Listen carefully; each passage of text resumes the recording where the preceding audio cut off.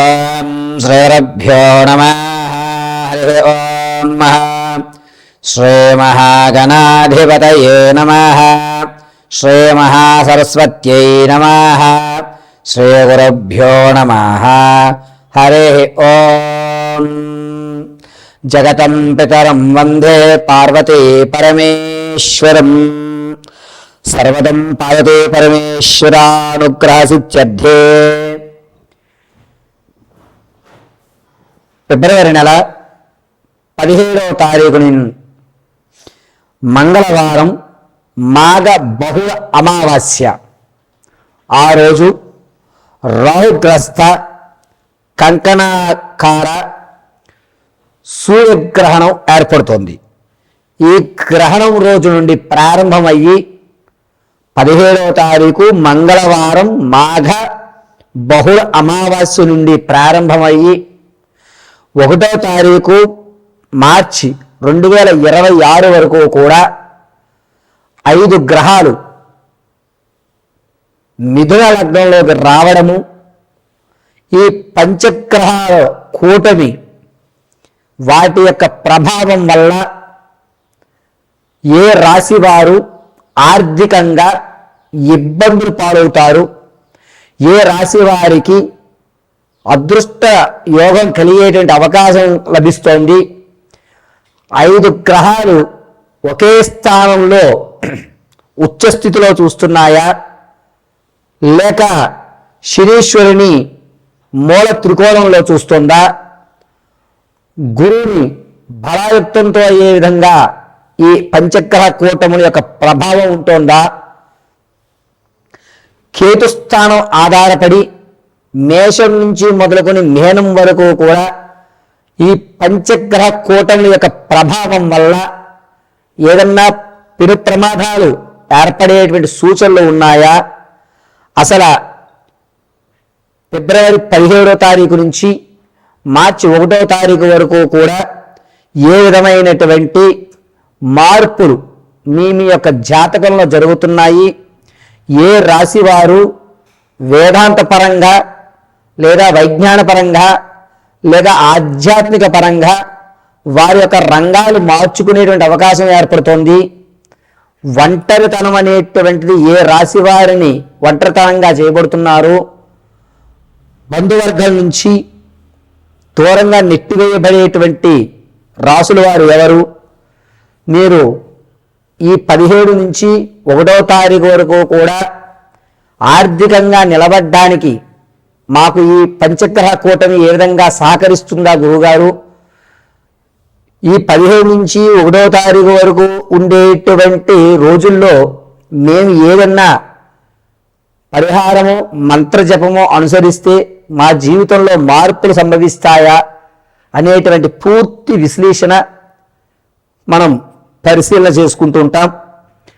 అయితే ఫిబ్రవరిలో 17వ తారీఖున మాఘ బహుళ అమావాస్య గ్రహణము. ఆ గ్రహణం మన భారతదేశంలో కనబడకపోవడం, కానీ గోచార రీత్యా జాతకాల్లో 5 గ్రహాలైనటువంటి రవి, చంద్రుడు, బుధుడు, శుక్రుడు, రాహువు, ఇది ఒకసారి రిపీట్ చేసుకోనన్నా. పంచగ్రహ కూటములైనటువంటి 5 గ్రహాలు రవి, చంద్రుడు, బుధుడు, శుక్రుడు, రాహువు, ఈ 5 గ్రహాలు కూడా ఒకే స్థానంలోకి ఏర్పడడం వల్ల మన జీవితంలో జరిగేటువంటి మార్పులు ఏమిటి అని వాటి యొక్క వివరణని పూర్తిగా మనం మేషం నుంచి మొదలు పెట్టుకుని మీనం వరకు కూడా ఒక్కసారి పరిశీలన చేద్దాం. ఈ పరిశీలనలో మీకు కావలసిన రెమెడీలు, ఇంట్లో ఉండి మీరు ఆచరించదగ్గ పరిష్కారాలు తెలియజేయడం జరుగుతుంది.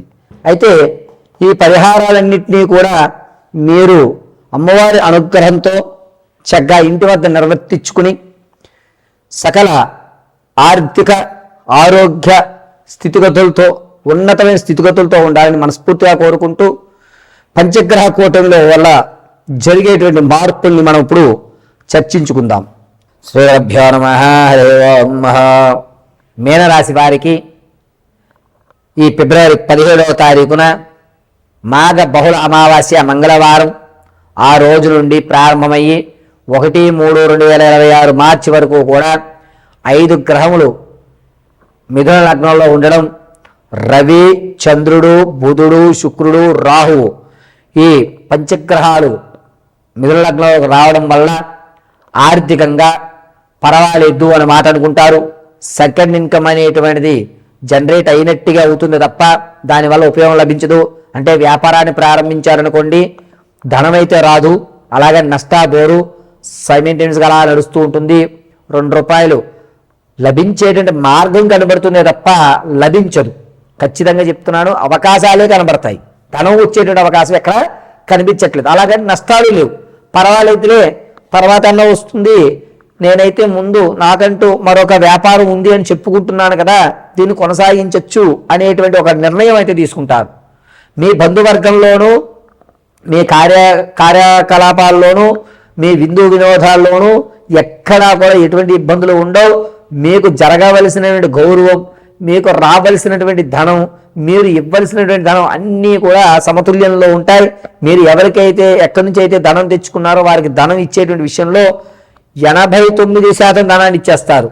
మాట పడరు. మీరు మాట పడేటువంటి అవకాశం ఎక్కడా కనిపించట్లేదు. మిమ్మల్ని ఒక మాట అందాము అని తొంగి చూద్దాము వీడు ఇవ్వడేమో అనుకున్నటువంటి వారికి కూడా మీరు ధనం ఇవ్వడం వల్ల పర్వాలేదు, ఇతను ఇంకోసారి మనం ధనం ఇవ్వచ్చు అనేటువంటి మాట తెచ్చుకుంటుంటారు. పర్వాలేదు, నా జ్ఞానాన్ని ఉపయోగిస్తాను, నేనంటూ ఏదో ఒకటి చేయగలుగుతాను, నా మీద నాకు నమ్మకం ఏర్పడుతోంది అనేటువంటి మాట మీకు మీరు అనుకోవటం, దాంట్లోనూ మీ యొక్క ఆలోచన ధోరణి మారడం, మీలోనే మీరు మార్పు అనేటువంటిది ఖచ్చితంగా గమనించుకుంటూ ఉంటారు. దీనివల్ల మీనరాశి వారికి ఈ 19వ తారీఖు నుంచి 28వ తారీఖు వరకు కూడా మంచి అవకాశాలు, కొత్త కొత్త స్నేహాలు, మంచి అలవాట్లు, ఆచరించేటువంటి విధానాలు కనబడతాయి. ఇది ఒక మంచి పరిణామంగా చెప్పవచ్చు. పైగా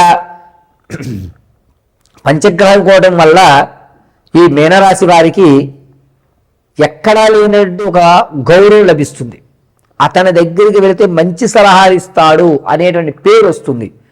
పర్వాలేదు, నాకంటూ నన్నంటూ నమ్మిన వాళ్ళు నన్ను కొంచెం నమ్మకం పెంచుకున్నారు, వీరి నమ్మకాన్ని నేను నిలబెట్టాలి అని మీరు దారులు వెతుక్కోవడం, దానివల్ల ఆర్థికంగా కొంచెం లాభపడడం అనేది జరుగుతుంది. మరీ ఎక్కువగా ధనం వస్తుంది అని మాత్రం ఈ మీనరాశి వారికి లేదు. పైగా మీనరాశి వారు ఆరోగ్య విషయంలో కొంచెం జాగ్రత్తగా ఉండండి. పక్కటెముకలు కానీ, కడుపులో కానీ కొన్ని ఇబ్బందులు, అంటే బ్యాడ్ కొలెస్ట్రాల్ ఎక్కువయ్యేటువంటి అవకాశాలు ఏర్పడుతున్నాయి. రక్తనాళాల్లో కొంచెం కొలెస్ట్రాల్ శాతం పెరిగేటువంటి అవకాశం లభిస్తుంది. ఆరోగ్యం విషయంలో ఆరోగ్య నియమాలు డాక్టర్ గారి సలహాల మేరకు తీసుకోవడం తప్ప గృహంలో ఉన్నటువంటి చిట్కాలు పాటించవద్దు. దీనివల్ల లేనిపోని తలకాయ నొప్పులు తెచ్చుకోవద్దు. ఖచ్చితంగా ఈ యొక్క మీనరాశి వారికి నరాల్లో కానీ, స్కిన్ లోపల భాగంలో కానీ బ్యాడ్ కొలెస్ట్రాల్ పరిమాణాలు అటు ఇటు జరగడం వల్ల మాత్రమే కాస్త ఇబ్బందులు ఏర్పడేటువంటి అవకాశం లభిస్తుంది. కాబట్టి మీనరాశి వారు ఈ 17వ తారీఖు నుంచి ప్రారంభం చేసుకుని మార్చి 1వ తారీఖు వరకు కూడా ఆరోగ్య విషయంలో కొంచెం జాగ్రత్తగా ఉండండి. వీలుంటే డాక్టర్ గారి సలహాల మేరకు మాత్రం పాటించండి. ప్రతిరోజు కూడా గం గణపతియే నమః అని గణపతి ఆరాధన చేయడం అత్యంత శుభసూచకంగా ఉంటుంది.